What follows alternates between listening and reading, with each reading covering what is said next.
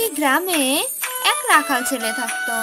ছেলেটি ছিল ভীষণই দুষ্টু আর বেপরোয়া।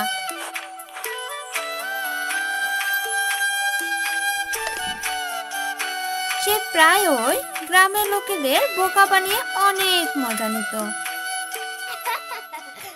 একদিন ছেলেটি ছাগল চড়ানোর জন্য মাঠে গেল।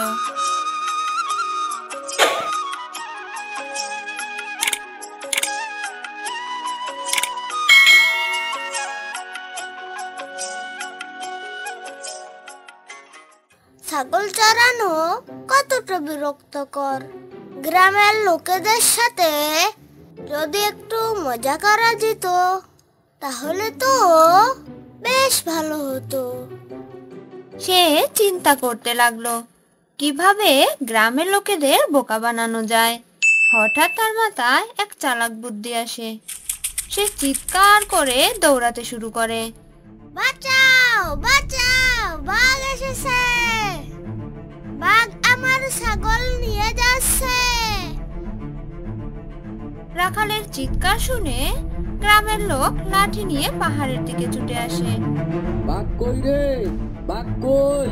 কিন্তু তারা গিয়ে দেখে কোথাও কোনো বাঘ নেই। তোমাদের বোকা বানালাম।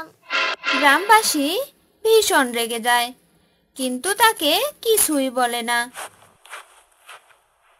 প্রথমবার মজা করে ছেলেটি বেশ মজা পায়, তাই সে কিছুক্ষণ পর আবারও চিৎকার করতে থাকে, বাঁচাও, এবার সত্যি বাঘ এসেছে। গ্রামের লোকেরা আবারও ছুটে আসে, কিন্তু দেখে এবারও বাঘ নেই। যদি আবার মিথ্যা কস তখন কিন্তু তোর কথায় আর কেউ বিশ্বাস করব না। এই বলে সবাই রেগে চলে যায়, কিন্তু ছেলেটা তাতে কোনো কিছু যায়ই আসে না। সে আপন মনে হাসতে থাকে। কিছুক্ষণ পর সত্যিকারের বিপদ আসে। একটি চিতাবাঘ পাহাড়ের পিছন থেকে বেরিয়ে আসে। ছাগলগুলো ভয় পেয়ে দৌড়াদৌড়ি শুরু করে। ছেলেটি ভয়ে আতঙ্কে জোরে জোরে চিৎকার করতে থাকে, বাঁচাও, কেউ আমাকে বাঁচাও, এবার সত্যি বাঘ এসেছে, কেউ আমাকে বিশ্বাস করো।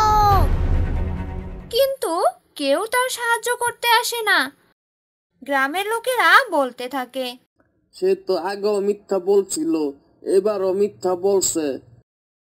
বাঘ তার ছাগলগুলো ধরে নিয়ে যায় আর ছেলেটি কান্নায় ভেঙে পড়ে।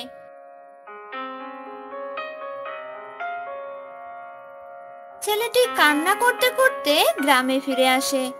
সবাই তার দিকে তাকিয়ে থাকে। এক বৃদ্ধ বলেন, এবার বাপু বুঝলে মিথ্যা বলার ফল। হ্যাঁ, আমি বুঝতে পেরেছি। যদি আমি মিথ্যা না বলতাম তাহলে সবাই আমাকে সাহায্য করত। আমি আর কখনো মিথ্যা বলবো না। মিথ্যা বলার অভ্যাস অনেক খারাপ। একবার মিথ্যা বললে কেউ আর সত্য কথাও বিশ্বাস করে না। তাই আমাদের সব সময় সত্য কথা বলা উচিত। তো বন্ধুরা, আমাদের আজকের গল্প তোমাদের কাছে কেমন লাগলো? ভালো লাগলে লাইক, কমেন্ট আর শেয়ার করবেন। আরো মজার মজার গল্প পেতে অবশ্যই চ্যানেলটি সাবস্ক্রাইব করে আমাদের পাশেই থাকবেন।